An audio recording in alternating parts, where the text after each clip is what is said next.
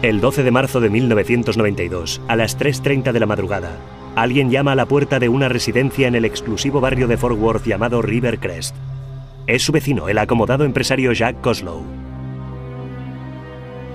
Fort Worth 911, ¿de qué emergencia se trata? Se ha producido un ataque con heridos. Su mujer ha sido apuñalada. De acuerdo, su mujer ha sido apuñalada. Oh, Dios mío. De acuerdo, no cuelgue. Enseguida mandamos una ambulancia. Bien, no puede hablar con nadie. La policía y los servicios médicos de urgencias acuden rápidamente al lugar del crimen. Estaba apenas reconocible, cubierto de sangre, y dijo que unos atracadores le habían asaltado y que Karen estaba herida y que necesitaba ayuda. Los investigadores encuentran la puerta trasera de los Koslows reventada y un rastro de sangre escaleras arriba. En el dormitorio principal de la casa encuentran a Karen Koslow, de 40 años. Estaba tumbada de bruces en el suelo junto a la cama. Había manchas de sangre y bajo su cuerpo se iba formando un gran charco. Los médicos dictaminaron que estaba muerta. Karen presentaba un traumatismo causado por un objeto contundente en la nuca, una cuchillada increíblemente profunda en la garganta, prácticamente de oreja a oreja, debajo de la barbilla. Había alzado las manos para protegerse. Milagrosamente, su marido había sobrevivido al brutal ataque. Mientras los servicios médicos le atienden en casa de su vecino, los investigadores intentan sacarle toda la información posible sobre lo ocurrido. Jack tenía una herida en la cabeza y una herida de arma blanca muy considerable en la garganta. Su memoria parecía flaquear un poco. Contó a los investigadores que su mujer y él se habían despertado al oír la alarma antirrobo. Luego dijo que había oído pasos, que subían corriendo por la escalera. La puerta del dormitorio se abrió de golpe y mientras él intentaba alcanzar una de sus armas en el armario, donde guardaba varios rifles, oyó dos voces que decían: todo el mundo al suelo, al suelo, al suelo, llevamos armas, al suelo. Al momento empezaron a golpearles a ambos con un objeto contundente y de repente solo vio las estrellas y todo fue muy confuso. Jack dijo que cuando recobró el conocimiento estaba muy desorientado y con la vista nublada. Distinguió a Karen inmóvil en el suelo e intentó llamar pidiendo ayuda. Describió cómo había agarrado el teléfono y había empezado a darle vueltas, intentando recordar cómo funcionaba. Salió tambaleándose de la casa y fue a llamar a la puerta de un vecino. Mientras los detectives siguen registrando la casa en busca de pistas, los servicios de emergencia se apresuran a trasladar a Jack al hospital. Todos creímos que se había tratado de un atraco. Era gente rica, en una casa bonita, en un barrio lujoso. Seguro que alguien había entrado a robar y las cosas se le habían ido de las manos. Rivercrest no es precisamente el tipo de lugar donde los vecinos llaman a la puerta en medio de la noche cubiertos de sangre. Era un barrio residencial de gente acomodada de toda la vida, donde vivían los Bassi, los Haider y los Carter. Y de repente su elegante barrio era un hormiguero de policías y periodistas. Pronto fue bastante evidente que aquel caso daría mucho de qué hablar. El jefe de policía de Fort Worth incluso respondió a la llamada, y en aquella época era muy poco habitual que el jefe de policía de una localidad tan grande respondiera a la llamada de un asesinato. Visto el grado de violencia, los investigadores sospecharon que se trataba de algo más que un atraco chapucero.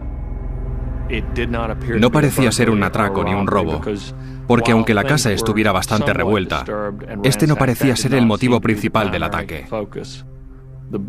El dormitorio era un mar de sangre. Era muy impresionante. Obviamente había sido un ataque de una violencia increíble.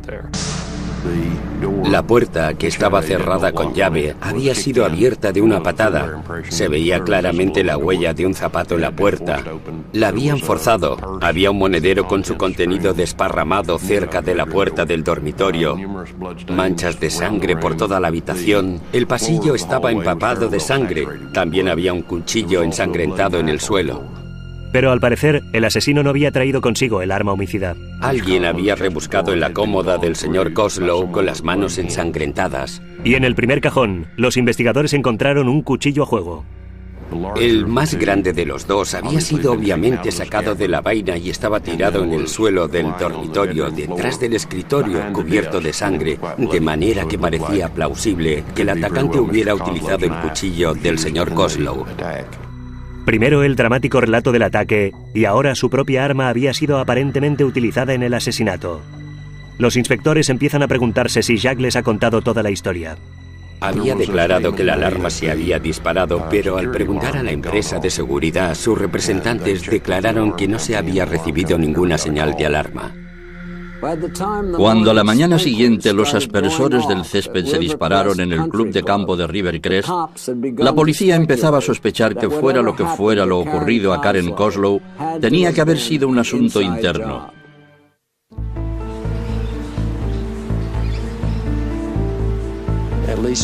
Dos personas, por lo menos, se han introducido en el dormitorio y han atacado al marido y a la mujer. Ambos han recibido múltiples heridas de arma blanca. Estaba en el suelo de la habitación y todavía no sabemos cuántos disparos o heridas ha recibido. La noticia del asesinato de Karen Kozlow se extiende como la pólvora por el tranquilo y señorial vecindario. Toda la comunidad estaba sumamente interesada en el caso. La violencia del asalto, el hecho de que les hubieran atacado en su propia casa, en su propio dormitorio, un hombre inconsciente por los golpes y su mujer atacada a cuchilladas, y la policía no sabía nada. Nos sentíamos muy seguros, pero creo que ahora mucha gente se lo pensará antes de dejar las puertas de su casa abiertas a salir de compras. Jack afirma que el ataque ha sido cometido por dos intrusos, pero por toda la ciudad empieza a correr el rumor de que hay algo más detrás de esta historia. Aquí les gusta decir que Fort Worth es la ciudad de provincias más grande del mundo. Era un tema de chismorreo, la gente hablaba de lo que había pasado, de quién lo había hecho. Parecía afectar de lleno a la población la espeluznante muerte de uno de sus vecinos. Tanto si paseaban contemplando los Picassos del Museo Kimball o comían enchiladas en el restaurante de Joe T. García, todo el mundo hablaba del caso. Y la mayoría cuchicheaba, debe haber sido el marido. Muchas veces, en un crimen acaecido en un matrimonio, el primer sospechoso es el cónyuge superviviente. Creo que lo que la policía encontró especialmente significativo fue el hecho de que o bien la alarma no había sido conectada, o había sido desconectada, o el hecho de que no pareciera ser un atraco, ni un robo. Muy pronto empezó a hablarse de lo malherida que había quedado Karen Kozlow y que Jack Kozlow había sobrevivido a sus heridas. Creo que por eso la gente empezó a sospechar muy pronto. Tu mujer está prácticamente decapitada y tú estás igualmente indefenso, pero de alguna manera consigues sobrevivir. Se trabajaba con la teoría de que había sido el señor Kozlow que lo había preparado todo para que pareciera que se trataba de un intruso. Mientras los especialistas siguen registrando la casa, los investigadores empiezan a estudiar de cerca la familia que vivía en ella. Al empezar a investigar el caso, el matrimonio parecía estar muy bien avenido.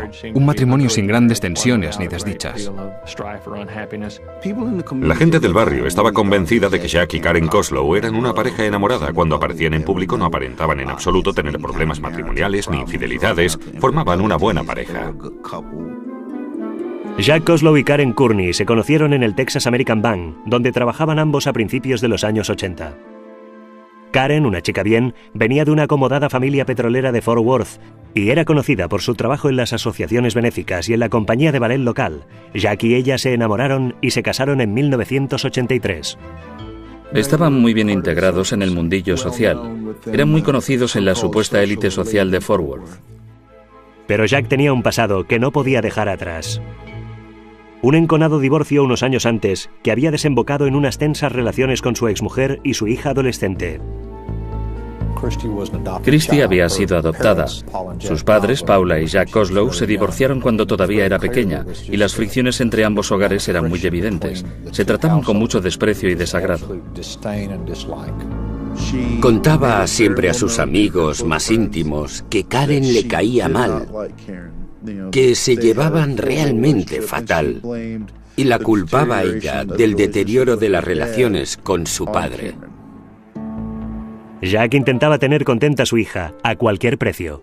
Era una niña muy consentida, todos lo éramos, en fin, sé que yo lo estaba, y a ella la criaron de la misma manera, siempre conseguías todo lo que pedías.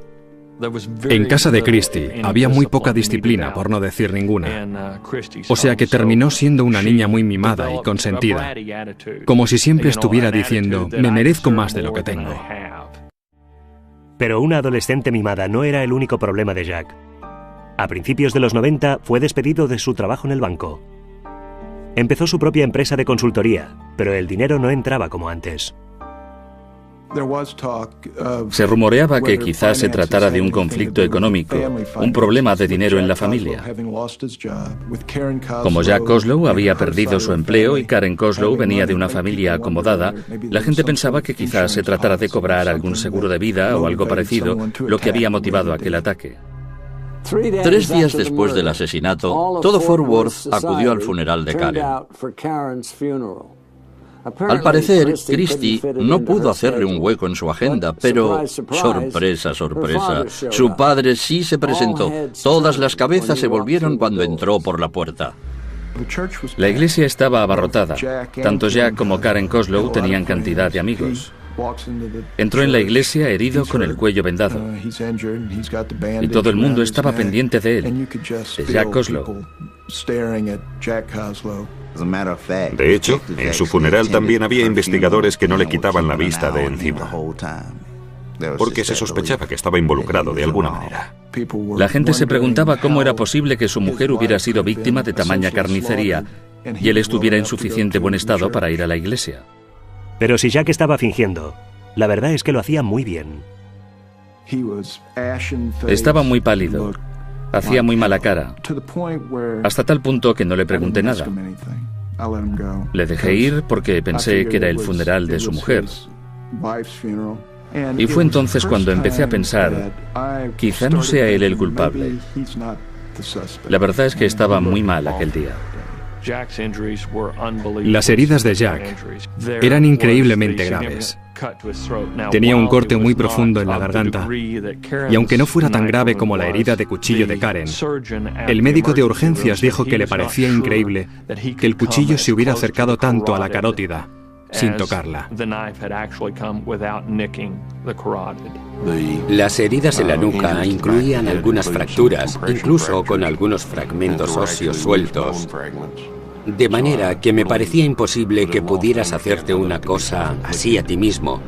Un corte profundo en la garganta, golpes en la nuca, autoinfligidas, no lo creo.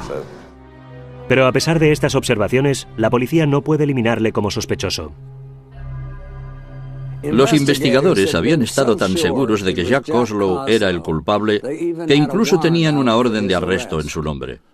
Poco podían sospechar que una llamada telefónica estaba a punto de dar un giro de 180 grados al caso. Al avanzar en su trabajo en la escena del crimen, la policía empieza a darse cuenta de que la sospechosa historia de 2 desconocidos contada por Jack puede ser cierta. Encuentran pistas cruciales en un aparato de aire acondicionado en el exterior de la casa de los Koslow. Encima del compresor había huellas de 2 tipos de calzado distintos. Uno de ellos con líneas garabateadas, el otro con diversas formas geométricas y tacos. En el interior, la distribución de las manchas de sangre confirma que Jack y su mujer han sido víctimas de un ataque, tal como Jack había declarado.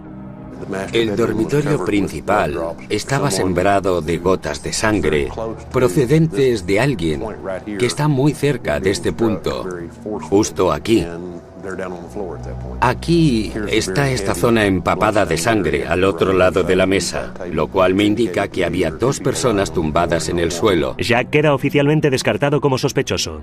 Desesperados por encontrar algún indicio que les lleve hasta los verdaderos asesinos, los investigadores piden a Jack que regrese a casa y reconstruya con ellos cada detalle de lo sucedido. Recuerdo que vi cómo se abría la puerta y corrí, como si fuera a cámara lenta, para llegar al armario. Y oí a ese hombre que gritaba: "Estamos armados, al suelo".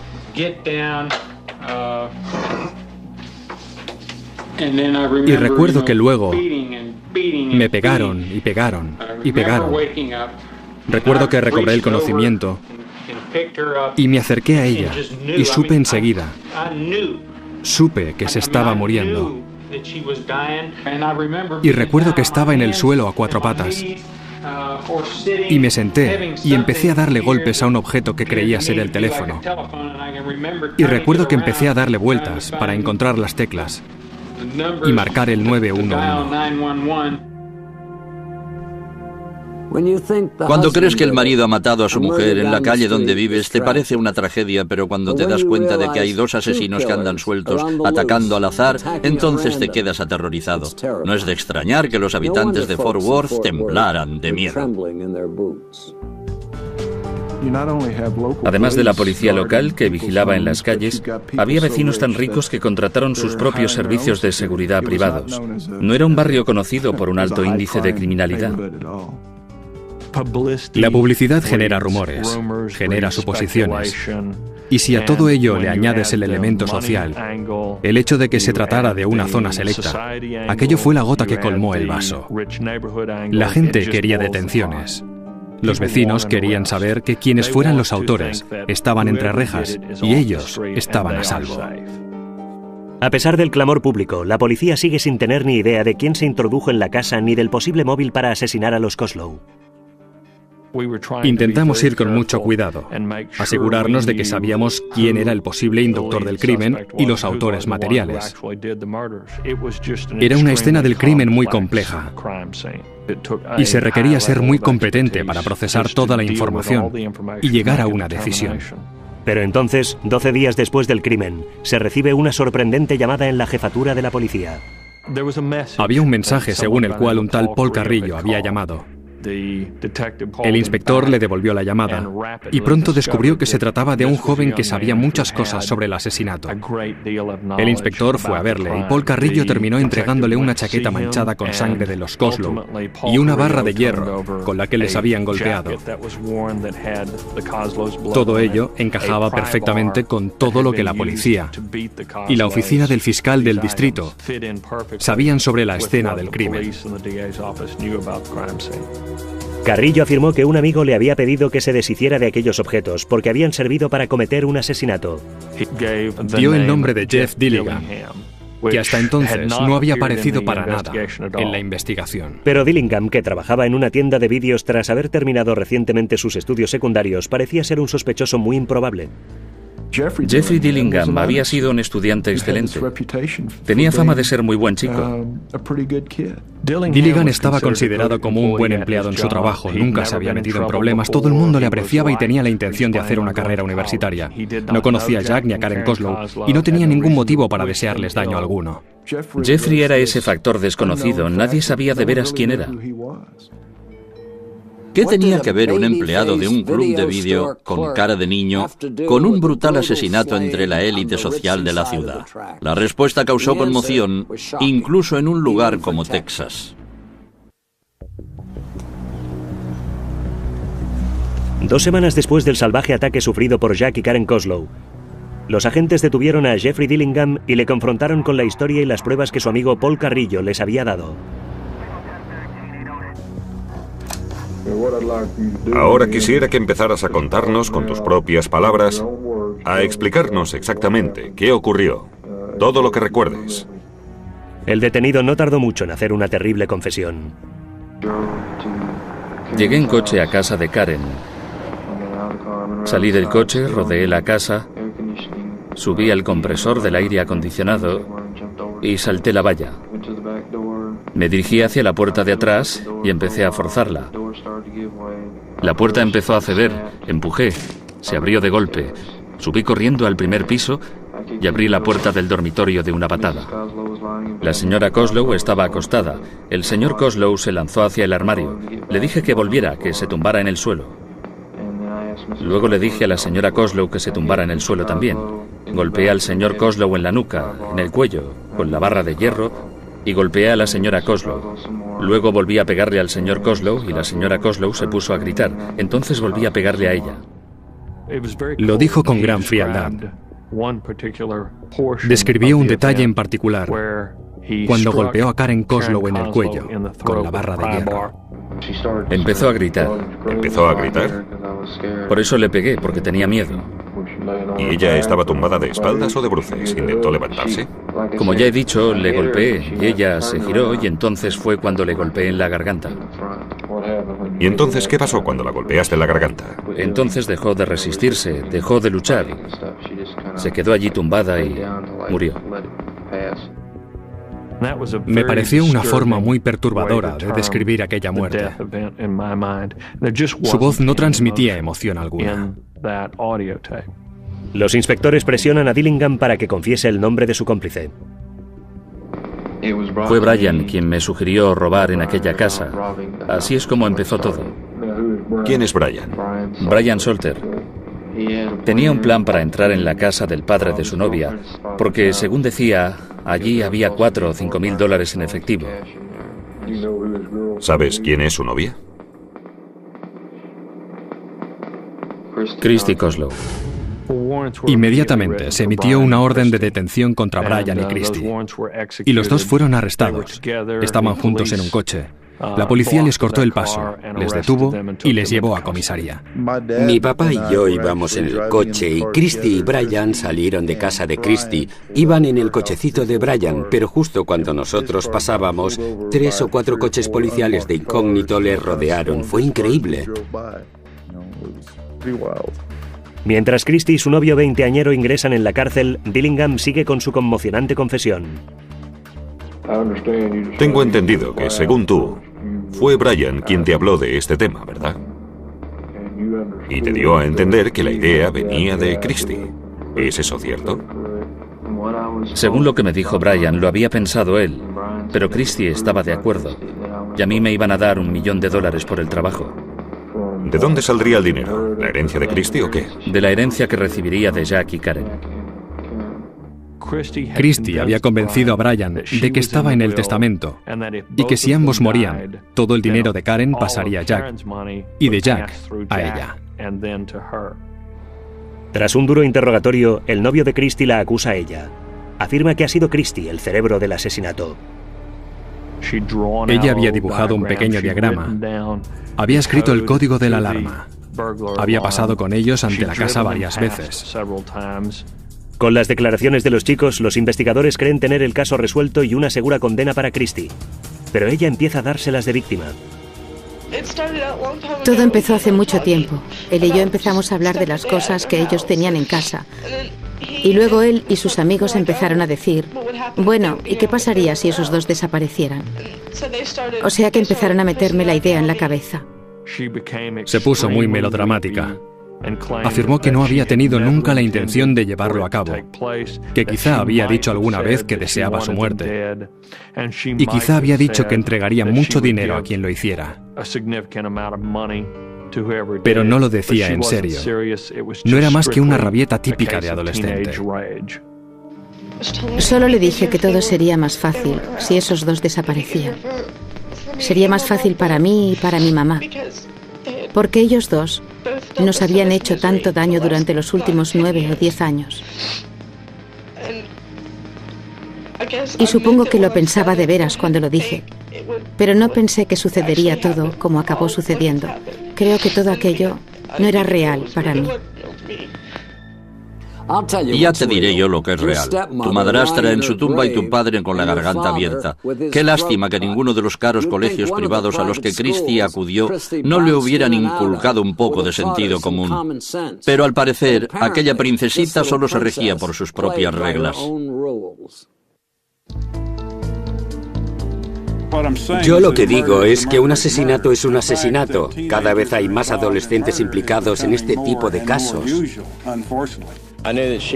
Sabía que Christy había tenido problemas con su padre y sabía que odiaba a Karen, pero no creía que fueran unos sentimientos tan profundos. No le gustaba su madrastra. Para ella era una amenaza, pero no en realidad. Esta noche la hijastra Christy Koslow, su novio Brian Salter y el amigo de Estrie Jeffrey Dillingham duermen en la cárcel con una fianza de $500,000. Los tres han confesado. Entonces se armó. Christy es una chica muy exigente que tenía una extraña influencia sobre su exnovio Brian Salter.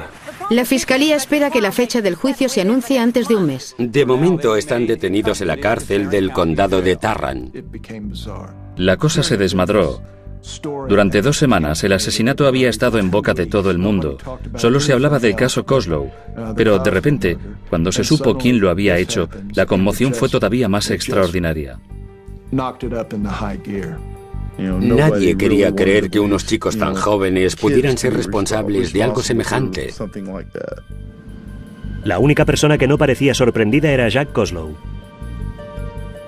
Jack tenía ciertas sospechas de que Christie podía estar implicada por la gran antipatía que Christie sentía hacia su madrastra y los problemas que habían tenido en el pasado. Y porque sabía que Christie creía merecerse mucho más de lo que tenía. Lástima que en el anuario escolar de Christie no hubiera una categoría de exalumnos con más probabilidades de asesinar a tus padres. Pero aquello no era ninguna broma. Si la fiscalía se salía con la suya, Christie podía cambiar su ropa de diseño por el uniforme del corredor de la muerte. Durante sus preparativos para el juicio, la acusación termina diciendo que Christie ha sido la líder del grupo y los chicos sus cómplices. Christie había reclutado a Brian. Brian se había juntado con Christie porque pensó que a través de ella tendría acceso a un estilo de vida que no tenía y que deseaba. Salter reclutó a Dillingham. Le dijo que Christie le pagaría $1 millón si hacía este trabajo. Y a Dillingham le pareció un buen negocio. Pero la confesión de Christie no era precisamente lo que necesitaban. La declaración de Christie solo consistía en principio en decir: Karen y yo nos llevábamos muy mal. Probablemente dije en algún momento que me gustaría verles muertos. Seguramente se lo dije a Salter. Seguramente dije que heredaría mucho dinero. Era bastante incriminatorio, pero no era una incriminación tan sólida como queríamos. La acusación decidió juzgar primero a Dillingham. Si demuestras que tus argumentos son muy sólidos, eso puede tener un efecto dominó y las otras piezas empiezan a caer. Obviamente, la fiscalía deseaba condenar a Christie. Ella había sido la inductora, el cerebro del asesinato. Dillingham no iba a cargar con toda la culpa, por lo que decidieron juzgarle a él primero y ver qué pasaba luego. Debido a la gran publicidad del caso, el juicio se celebra al norte, en Wichita Falls. Christie Koslow, la hija adoptiva de Jack Koslow, había contratado a Brian Salter, su novio, y al amigo de este, Jeffrey Dillingham, para que asesinaran a su padre Jack Koslow y a su madrastra Karen Koslow. Oirán los detalles de lo que sucedió en aquel dormitorio. La cinta con la confesión grabada del acusado, en sus propias palabras, con su propia voz. Les contará cómo planificó el crimen lo mejor que pudo, porque no quería que le atraparan. Durante todo el juicio, la acusación pública lleva las de ganar. Jack Koslow es un importante testigo. Nos ordenaron que nos tumbáramos en el suelo, y yo me tumbé en el suelo, al pie de la cama. Y Karen salió de la cama y vino a tumbarse a mi lado. Lo que siempre recuerdo de Jack Koslow es su forma de contar los detalles, sin perder el control en ningún momento. Karen tenía una gran melena. Su pelo era precioso. Y una de las cosas que recuerdo es que estaba tan cubierta de sangre que toda la cabeza estaba empapada. Hubiera sido muy comprensible que se derrumbara, que se emocionara, pero no lo hizo. Ese no fue el caso, sin embargo, con el acusado Dillingham. Durante todo el juicio, cada día del juicio, Jeff Dillingham no hacía más que sollozar con la cabeza gacha. Las manos le temblaban todo el rato. No hacía más que llorar y llorar. Estaba en un barco que se hundía y no hacía gran cosa para permanecer a flote. Las cosas van de mal en peor para Dillingham cuando su viejo amigo Paul Carrillo sube al estrado. Jeff me preguntó cómo andaba. ¿Y usted qué le contestó? Yo le contesté que no andaba demasiado bien. Y él me dijo entonces, bueno, peor ando yo. Y me dijo que había matado a alguien. Carrillo era la conexión con el arma homicida. Era la conexión con la ropa manchada de sangre, que se había comprobado era la sangre de Jack y Karen. Era un testigo sumamente importante. Pero la prueba más incriminatoria la presentará el propio acusado. La confesión. La confesión fue el elemento fundamental de la acusación. Lo contaba él mismo, con eso se condenó él mismo. Empezó a gritar. ¿Empezó a gritar? Por eso le pegué, porque tenía miedo. ¿Y ella estaba tumbada de espaldas o de bruces? Como ya he dicho, le golpeé y ella se giró. Y entonces fue cuando le golpeé en la garganta. ¿Y entonces qué pasó cuando la golpeaste en la garganta? Entonces dejó de resistirse, dejó de luchar. Se quedó allí tumbada y murió. Aunque no prestó declaración ante el tribunal, aunque apenas podía ver nada porque estaba con la cabeza gacha todo el rato, el propio Dillingham clavó el último clavo en su ataúd. El propio acusado nos lo ha dicho, que ella empezó a gritar y entonces le golpeó en la garganta y ella dejó de gritar. ¿Quieren algo más claro? El jurado no tardó más de 2 horas en declarar a Jeffrey Dillingham culpable de asesinato. Al día siguiente, su destino quedó sellado. ¿Algún motivo por el que no se pueda dictar sentencia? Este tribunal ordena que el acusado, Jeffrey Dillingham, habiendo sido declarado culpable del delito de asesinato por el jurado, sea castigado con la pena de muerte y, por lo tanto, antes del amanecer de una fecha a decidir por este tribunal, morirá en la penitenciaría estatal de Huntsville, Texas, mediante una inyección intravenosa de una sustancia o sustancias en cantidades letales suficientes para causarle la muerte. De regreso a Fort Worth, los fiscales se preparan para el juicio contra Brian Salter. Estábamos a un par de semanas de iniciar la selección del jurado para el juicio contra Salter, cuando sus abogados nos ofrecieron un trato. Preguntaban si estaríamos dispuestos a aceptar una condena de cadena perpetua, en lugar de la pena de muerte, a cambio de declararse culpable. El Estado acepta perdonarle la vida, pero solo si confiesa toda la historia. Brian era un elemento crucial para condenar a Christie. Las pruebas que teníamos contra ella eran las menos convincentes. Mira lo que le ha pasado a tu amigo y cómplice. Y encima, quizá no fuera tan culpable como tú en todo ese asunto. De manera que el señor Salter aceptó declarar contra Christie. Según Brian Salter, Christie le llevó un día a Rivercrest para que viera a su futura víctima. Mientras él observaba desde el coche, Christie saltó, abrazó a su padre y le dijo cuánto le quería. Un verdadero beso de Judas. Brian también nos indicó varios amigos de Christie, a los que ella les había dicho ciertas cosas. Me dijo, si una cosa así le sucediera a mi padre, entonces podríamos hacer rica a mucha gente. Los investigadores descubrieron que la pandilla de pijos de Christie solo había alentado su mal comportamiento. Siempre estaban bromeando sobre quién iba a conseguir el coche más espectacular al cumplir los 18 años y tener dinero. Su grupo de amigos venían todos de padres ricos. Solo se trataba de ellos, de lo que querían, no pensaban en nadie más, y lo que podían sacar a sus padres para vivir de la manera que ellos querían. Pero Christie había ido todavía más lejos. Christie siempre pensó que un día sería muy rica y decía, ¿quién quiere matar a mis padres? Nunca nos lo tomamos en serio. Solo pensábamos, vale, ya está otra vez diciendo fantasmadas para impresionarnos y divertirnos, para que pensemos que es una tía guay. Simplemente, Christie era una persona muy inmadura. Había estado diciendo cosas por ahí. La defensa debía hacer comprender al jurado los motivos que podían empujar a alguien a decir ese tipo de cosas, y que eso no significaba que deseara de veras que alguien lo hiciera. En junio de 1994, Christie Koslow, de 19 años, comparece ante un tribunal acusada de un delito punible con la pena capital. Las pruebas de la acusación pública bastaban sin duda para que se pudiera esperar un veredicto de culpable. Tenían confesiones por escrito y confesiones grabadas. Eran pruebas muy sólidas. Pero de todas formas, el desenlace del juicio no estaba muy seguro. La acusación contra Christie dependía de Salter. Dependía del hecho que sabían cosas sobre el interior de la casa.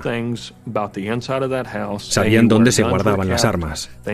Conocían el código para desactivar la alarma. Sabían por dónde podían entrar de la manera más rápida. No teníamos demasiadas pruebas físicas. Christie había procurado no tener ningún contacto directo con Jeff Dillingham. Tenía contacto con Brian Salter. Pero Brian Salter había funcionado como parachoques entre Christie Koslow y Jeff Dillingham. Un desfile de antiguas amistades sube al estrado como testigos de la acusación. Me sentía bastante incómodo por tener que entrar y mirarla a la cara y decirle sí, creo que ella hizo matar a sus padres. Resultaba difícil defenderla si mirabas atrás y recordabas la cantidad de veces que había hablado del tema cuando todos creíamos que estaba bromeando. Resulta que no era una broma. Sin embargo, la defensa afirmó que todo había sido un malentendido. Es una chica muy joven, sin antecedentes delictivos. Solo tenía 17 años cuando ocurrió todo eso. Al hablar con ella tenía la impresión de que no era consciente de las consecuencias. Podía haber un motivo para que Christie dijera las cosas que dijo, hiciera las cosas que hizo. Pero en realidad no quería ver este resultado. 2 personas asesinadas. Era pura palabrería. Creció en una familia destrozada, con muchos problemas entre sus padres, y creo que algunas de sus actitudes eran producto de ese conflicto. La fiscalía contraataca afirmando que la pobre niña rica es en realidad una despiadada asesina. Solter había declarado que tuvo una conversación con Christie después del crimen, en la que le había explicado lo que había ocurrido, que estaba muy afectado por el hecho de que hubiera salido mal y que tenía miedo. Y finalmente pudimos encontrarlo en el registro telefónico. Vimos que estaba registrada su llamada al teléfono de Christie en el momento en el que dijo haberlo hecho. Ella les dio el código, les facilitó la entrada en la casa, por lo tanto estaba igualmente implicada. Lo único que no hizo fue estar en el lugar de los hechos. Alguien podría argumentar que fue muy astuto por su parte. Podía culpar a los 2 chicos y decir, se les ocurrió a ellos, pero en realidad, ¿cómo se les habría ocurrido a ellos solos? La conexión tenía que ser Christie. Siguió estando con Solter después de que cometiera el crimen. Si se hubiera tratado de un malentendido y en realidad no deseara que lo llevaran a cabo, ¿por qué se habría quedado con él? A pesar de ponerse un lazo, Christie parecía más culpable que nunca. Y si esperaba un apoyo de última hora por parte de su padre, se equivocaba radicalmente. Jack subió al estrado, calificó a Christie de peligro para la sociedad y dijo que merecía la pena de muerte. Era un odio tan devorador, tan total. Por eso hablaba de ello con otra gente, no porque solo fuera una criminal en sus fantasías, sino porque estaba consumida de maldad. En sus alegatos finales, la acusación y la defensa dibujan 2 perfiles completamente distintos de Christie Coslow. Christie Coslow no estuvo nunca presente cuando los 2 autores planificaron el asesinato. No tiene la madurez intelectual necesaria para organizar una pelea a pedradas. Y sin embargo, quieren hacerles creer que fue capaz de orquestar, controlar y dirigir. ¿Esa es su excusa por hacer lo que hizo? ¿Decir que cuando era pequeña le habían dado 4 bofetones? ¿Por quién nos toman?